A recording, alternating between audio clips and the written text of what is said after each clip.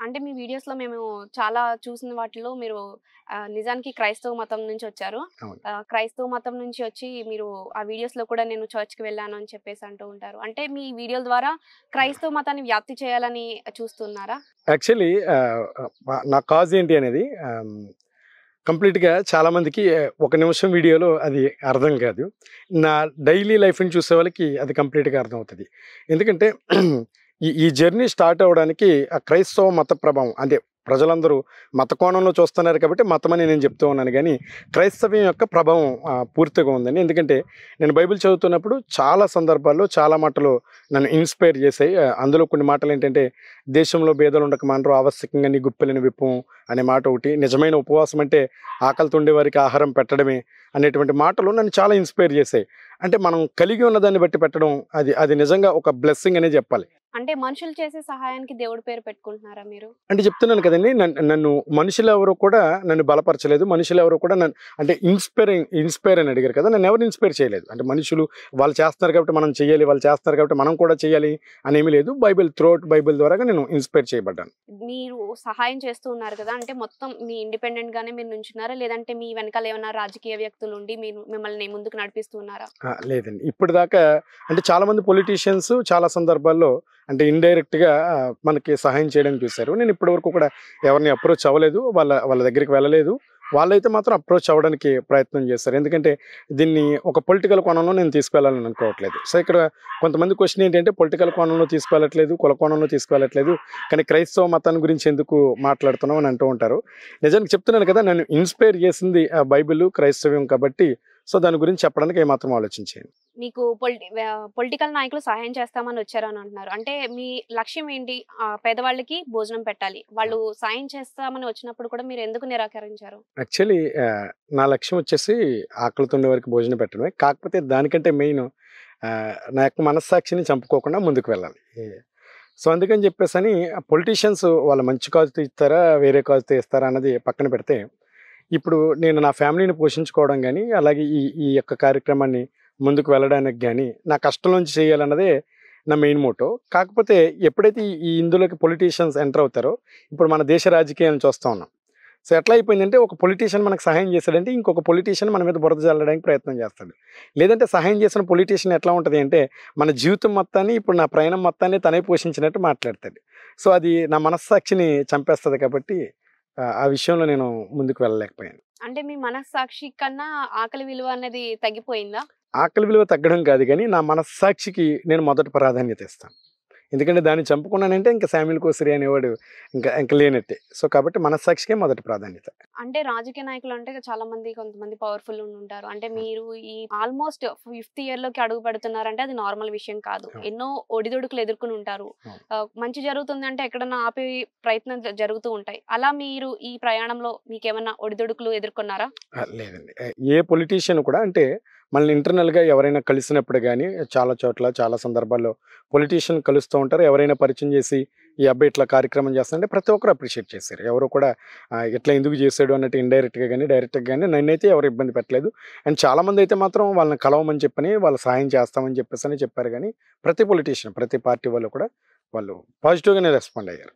అంటే పొలిటీషియన్ పరంగా కాకుండా మీకు ఎలాంటి ఒడిదుడుకులనేవి మీరు ఎదుర్కొన్నారు? ఎక్కువగా ఫైనాన్షియల్ ఇష్యూస్ అండి. ఎందుకంటే మీరు అంటూ ఉన్నారు కదా! నాకు ఆశ్చర్యం అనిపిస్తా ఉంటది. నాకే ఆశ్చర్యం అనిపిస్తది. ఎందుకంటే ఆల్మోస్ట్ 5 ఇయర్స్ అంటే అది చిన్న ప్రయాణం కాదు. అంటే చెప్పుకోవడానికి చాలా చిన్న సంఖ్య కనిపించినప్పటికిని, ఈ ప్రయాణంలో ఎట్లా అంటే వర్షానికి తడిచి వెళ్ళిన రోజులున్నాయి. భయంకరమైన ఎండల్లో ప్రయాణం చేసిన సందర్భాలున్నాయి.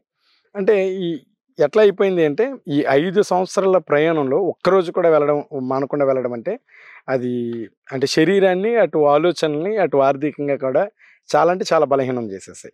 అవి తప్పితే ఇంక బయట నుంచి ప్రత్యేకంగా మనుషుల వలన ఎలాంటి ఒడిదుడుకులైతే లేవు. అంటే మీ మత పరంగా గాని, మీ కులం పరంగా గాని ఎవరైనా మిమ్మల్ని చేయడం గాని, ఇలా ఏమన్నా మీరు ఎదుర్కొన్నారా? అంటే డైరెక్ట్‌గా అయితే ఏది ఫేస్ చేయలేదు. ఎవరు కూడా నన్ను డైరెక్ట్‌గా ఇట్లా, ఇట్లా అని చెప్పేసని ఎవరు అనలేదు. సోషల్ మీడియాలో ఇప్పుడు మాత్రమే కొంతమంది మతపరంగా చాలామంది బ్లేమ్ చేస్తూ ఉంటారు. నేను క్రిస్టియన్ కాబట్టి, అరె! నువ్వు మత ప్రచారం కోసం చేస్తున్నావా? లేదంటే నీకెక్కడి నుంచైనా ఫండ్స్ వస్తున్నాయా? అట్లా అని మీ చెప్పేసని కొంతమంది. ఇన్‌స్టాగ్రామ్ రీల్స్‌లో మేము మొత్తం మీ వీడియోస్‌లో కూడా మొత్తం మీరు ప్రతి వీడియో‌లో కూడా నేను దేవుడిని ప్రార్థిస్తాను, చర్చ్‌కి వెళ్తాను అని ఉంటున్నారు కదా! అవును. మాక్సిమం బయటికి వెళ్ళేది ఎలా ఉంటుంది అని అంటే క్రైస్తవ మతాన్ని మీరు వ్యాప్తి చేస్తున్నారు అన్నట్టుగానే అనిపిస్తుంది. సో ఇక్కడ చాలా మంది చేయాల్సింది ఏంటంటే ఒక మంచి పని విషయంలో మతాన్ని కానీ కులాన్ని కానీ ప్రాంతాన్ని కానీ చూడకూడదు.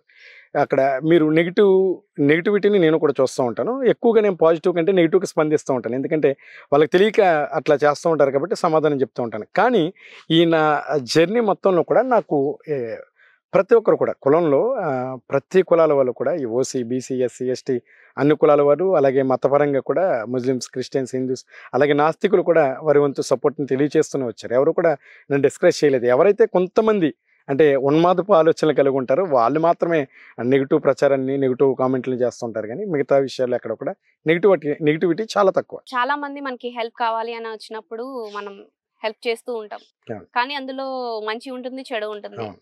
సో మీ హెల్ప్ ని ఎవరైనా మిస్యూజ్ చేసుకోవడం అంటే అవకాశం దొరికింది కదా అని చెప్పి మిమ్మల్ని వాడుకోవడం అంటే లైక్ ఎలా అన్నా సరే మిమ్మల్ని ఇప్పుడు బెట్టింగ్స్ ప్రమోషన్స్ చేయమంటే మీకు ఇంట్రెస్ట్ లేదు అన్నారు. సో అటువైపు ఛాన్సెస్ ఉండదు. మీకు మనీ కావాలని కానీ లేదంటే ఈ హెల్ప్ అనే పేరుతో మిమ్మల్ని మిస్యూజ్ చేసుకునే సిచ్యువేషన్స్ ఏమైనా ఉన్నాయా? ఉన్నాయండి, చాలా ఉన్నాయి. ఒకటైతే స్టార్టింగ్స్లో నేను ఫైనాన్షియల్ స్ట్రగుల్స్ గురించి వీడియోస్లో చెప్పేవాడిని. అది చూసినటువంటి ఒక అమ్మాయి, నేను బ్యాంకులో చేస్తున్నాను, నీకు ఏదైనా లోన్ కావాలంటే ఇప్పిస్తానని చెప్తే నేను చాలా నమ్మాను. అంటే చాలా బాగా మాట్లాడేది కదా, సరే లోన్ అని ఇప్పిస్తుంది అని చెప్పేసి అని ముందుగా ఇట్లా బ్యాంక్ మేనేజర్ డబ్బులు పేమెంట్ చేయమంటున్నారు అని చెప్తే ఒక 15,000 వరకు తనకు పంపించాను. తర్వాత నన్ను అమ్మాయి బ్లాక్ చేసుకుంది. తర్వాత తెలిసిన ఇంకొక అబ్బాయి ఏం చేశాడంటే మా అబ్బాయిది బర్త్డే ఉందని చెప్పేసి అని ఆల్మోస్ట్ ఒక 150 మెంబర్స్ వరకు కూడా భోజనం పెట్టించాడు మటన్ కర్రీతో. సో నేను వీడియో పోస్ట్ చేసిన తర్వాత, తనకు వీడియో సెండ్ చేసిన తర్వాత నన్ను బ్లాక్ చేసుకున్నాడు. డబ్బులు పంపించకుండా తను నన్ను బ్లాక్ చేసుకున్నాడు. సో ఈ రెండు అంటే చాలా బాధపడ్డాను. ఎందుకంటే నేను ఏ పరిస్థితుల్లో చేస్తున్నానో వారికి కూడా తెలుసు. అలాంటిది నన్ను ఎలా మోసం చేయాలనిపించిందో నాకు అర్థం కాలేదు.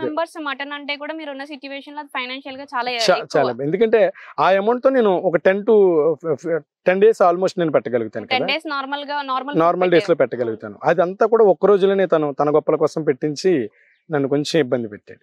అది చాలా బాధ అనిపించింది. ఓకే, మీరు ఈ జర్నీ స్టార్ట్ చేశాక ప్రౌడెస్ట్ మూమెంట్, నేను ఇది చేసినందుకు నేను ఇలా ఫీల్ అవుతున్నా, ఇది స్టార్ట్ చేసి మంచి పని చేశాను అని చెప్పుకునే కొన్ని సిచ్యువేషన్స్ అంటే ప్రౌడ్ గా ఫీల్ అయ్యే మూమెంట్స్ ఏమైనా ఉన్నాయా? అది ఒకటని కాదండి, చాలా సందర్భాలు ఉన్నాయి. అంటే ఎమోషనల్గా ప్రౌడ్గా ఫీల్ అయింది ఏంటి అంటే, భీమవరం ప్రాంతంలో ఒక ఆమెకి భోజనం ఇస్తూ ఉంటే, ఆమె చాలా పెద్ద వయసు, ఆవిడ సుమారు మా అమ్మ వయసు ఉంటుంది. ఆవిడ భోజనం ఇచ్చిన తర్వాత ఆమె చిరిగిపోయిన జాకెట్తో ఉంది, భోజనం తీసుకుంది, వంగుతుంది, కిందకు వంగుతుంటే సరే ఎందుకు వంగుతుంది అని నేను కొంచెం ఫార్వర్డ్ ఏదైనా కింద పాడేసుకుందేమో ఇలా చూసేలేపు తన 2 చేతుల్ని నా కాళ్ళ మీద అట్లా పెట్టేసింది. ఆమె చేతులు అలా కాళ్ళ మీద పడగానే ఏదో తెలియని వైబ్రేషన్, కళ్ళంటే నీళ్ళు వచ్చేస్తున్నాయి. కానీ అంటే నేను ఎంత గొప్ప పని చేస్తున్నానా, అంటే నా తల్లి వయసు ఆవిడ నా కాళ్ళకి నమస్కరించేంత గొప్ప పని చేశానా అని అనిపించింది. అది చాలా ప్రౌడ్ మూమెంట్, చాలా గొప్పగా అనిపించింది మనసుకి. అంతే బాధ కూడా అనిపించింది. ఎందుకంటే ఒక గుప్పెడు మెతుకుల కోసం నా బోటి వాడి కాళ్ళు పట్టుకునే అంత పరిస్థితులు ఆమె ఉండడాన్ని బట్టి కూడా చాలా బాధ అనిపించింది. అలాగే రీసెంట్ డేస్లో ఒక స్కూల్ నుంచి నన్ను సన్మానించడానికి పిలిచారు. వాళ్ళ స్కూల్ యానివర్సరీకి గెస్ట్గా పిలిచారు. పిలిచిన తర్వాత ఆ పిల్లల స్పందన నాకు చాలా ప్రౌడ్గా అనిపించింది. ఆ స్టేజ్ మీద ఆ సన్మాన కార్యక్రమం అవన్నీ పక్కన పెడితే, అంటే నన్ను స్టేజ్ మీదకి పిలిచిన తర్వాత పిల్లలు అభినందించిన విధానం, వాళ్ళ యొక్క అప్రిషియేషన్ నాకు చాలా ప్రౌడ్గా అనిపించింది. అంటే మీరు మంచి కార్యక్రమమే స్టార్ట్ చేశారు. అంటే మీరు ఏమైనా ప్రభుత్వానికి వ్యతిరేకంగా ఏమైనా అనుకుంటున్నారా? అంటే మనకి 5 రూపాయలకి అన్నా క్యాంటీన్ ఉంది, ప్రభుత్వం కూడా ఇలాంటి పేదల కోసమే భోజనం అనేది ఏర్పాటు చేసింది. మీరు కూడా ఇక్కడ మళ్ళీ స్టార్ట్ చేశారు అంటే ప్రభుత్వం సరిగ్గా వర్క్ చేయట్లేదు అనా దేంటి? యాక్చువల్లీ నేను స్టార్ట్ చేసినప్పటికీ ఇవి అన్న క్యాంటీన్స్ ఏమి లేవండి. ఎందుకంటే కరోనాలో మనం స్టార్ట్ చేస్తాం, అప్పటికి ఈ ప్రభుత్వం లేదు. అండ్ దట్టు ఇలాంటి కార్యక్రమం కూడా ఎవరు ఈ చుట్టుపక్కల చేయట్లేదు. అండ్ మెయిన్ ఏంటంటే చాలామంది కూడా నన్ను క్వశ్చన్ రైజ్ చేశారు. ఎందుకంటే అన్న క్యాంటీన్ ద్వారా ఫుడ్ పెడుతున్నారు కదా, నువ్వు ఎవరికి ఇస్తున్నావు అని. అన్న క్యాంటీన్ అనేవి కొన్ని పర్టికులర్ ఏరియాస్లో మాత్రమే ఉన్నాయి. అంటే ఇప్పుడు మాకు నియర్ బై పాలకొల్లులోనూ భీమవరంలోనూ ఉన్నాయి. నేను ఇచ్చేది వీరవాసరం నుంచి భీమవరం పాలకొల్లు మధ్యలో ఎవరైతే బాటసారులు ఉంటారో, ఎవరైతే అంటే భిక్షాటం చేసుకుంటూ తిరుగుతారో వారికి, అలాగే నడవలేని పరిస్థితుల్లోనూ కదలేనటువంటి పరిస్థితుల్లో ఒక చోటే ఉండిపోతారో వారికి మాత్రమే ఇస్తూ ఉంటాను. అన్న క్యాంటీన్ సరౌండింగ్స్లోకి సాధారణంగా మేము వెళ్ళాం. ఎందుకంటే అక్కడ ఆల్రెడీ చాలామందికి ఫుడ్ దొరుకుతూ ఉంటుంది కాబట్టి, ఎవరికైతే ఫుడ్ దొరకదో, ఫుడ్కి ఇబ్బంది పడతారో వారి కోసం మాత్రమే ఫుడ్ తీసుకెళ్తూ ఉంటాను. మీరు ఓన్లీ ఫుడ్ డొనేషన్ ఒకటే చేస్తూ ఉంటారా? ఇంకా లైక్ వేరే మనీ హెల్ప్ చేయడం కానీ ఆర్ అదర్ థింగ్స్ ఉంటాయి కదా, ఇంకేమైనా హెల్ప్ చేయడం అనేది జరిగిందా? అంటే డైరెక్ట్ నేను ఎవరికి కూడా మనీ అయితే ఇవ్వనండి. ఎందుకంటే ప్రతి రూపాయి కూడా నేను ఎంత కష్టపడితే వస్తుందో నాకు తెలుసు కాబట్టి డైరెక్ట్‌గా డబ్బులు ఎవరికి ఇవ్వను. ఒకవేళ ఎవరైనా సరే నా సరౌండింగ్స్‌లో ఖచ్చితంగా ఇబ్బంది పడుతున్నారు, ఏమన్నా హాస్పిటల్స్‌కి వాటికి ఇబ్బంది పడుతున్నారు అనుకుంటే హాస్పిటల్ బిల్స్ పే చేయడానికి వెళ్తూ ఉంటాను. అది కూడా ఖచ్చితంగా ఎంక్వైరీ చేస్తాను. వాళ్ళకి నిజంగా అవసరమా కాదా? మనం కట్టే ప్రతి రూపాయి కూడా వారికి నిజంగా వారికి అవసరమా కాదా అని తెలుసుకుంటాను. అలాగే ఎవరైనా కూడా మాకు ఇబ్బంది అవుతుంది అనుకుంటే గనక గ్రోసరీస్ ఇస్తాను. గ్రోసరీస్ కూడా మేము వండుకోలేము, మాకు వంటకి ఇబ్బంది అని అనుకుంటే కనుక వాళ్ళకి ఫుడ్ ఇవ్వడానికి ప్రయత్నం చేస్తాం తప్ప ఎవరికి కూడా బై హ్యాండ్ మనీ అయితే ఇవ్వను. అంటే మీ అభిప్రాయంలో నిజమైన సేవ అంటే ఏంటి? అంటే డబ్బు ఇవ్వడమా లేక తిండి పెట్టడమా? కనీస అవసరతలు తీర్చడమే నిజమైన సహాయం అండి. ఎందుకంటే ఈ రోజున భారతదేశంలో ఎక్కువ మంది చనిపోయేది ఆకలితోనే. అంటే చాలామంది ఆయా రకాల జబ్బుల చేత చనిపోయేవారిని చూపిస్తారు కానీ ప్రపంచంలో ఎక్కువ మందిని బలి తీసుకున్న రోగం ఏదైనా ఉందంటే అది ఆకలి. సో కాబట్టి నేను ఆకలి మీదే ఫైట్ చేయాలని అనుకుంటూ ఉన్నాను కాబట్టి ఆకలి తీర్చడం అంటే డబ్బు ఇస్తే తీరదు. ఎందుకంటే డబ్బు వేరు వేరు వాటికి ఉపయోగించుకునే అవకాశం ఉంది కాబట్టి సాధ్యమైనంత వరకు నేను ఆహారం ఇవ్వడానికే ప్రయత్నం చేస్తాను. ఒకవేళ కాదు అనుకుంటే కనుక గ్రోసరీస్ ఇస్తాను. ఏదైతే నిత్యావసరాలు ఉంటాయో వాటిని ఇవ్వడానికి ప్రయత్నం చేస్తాను.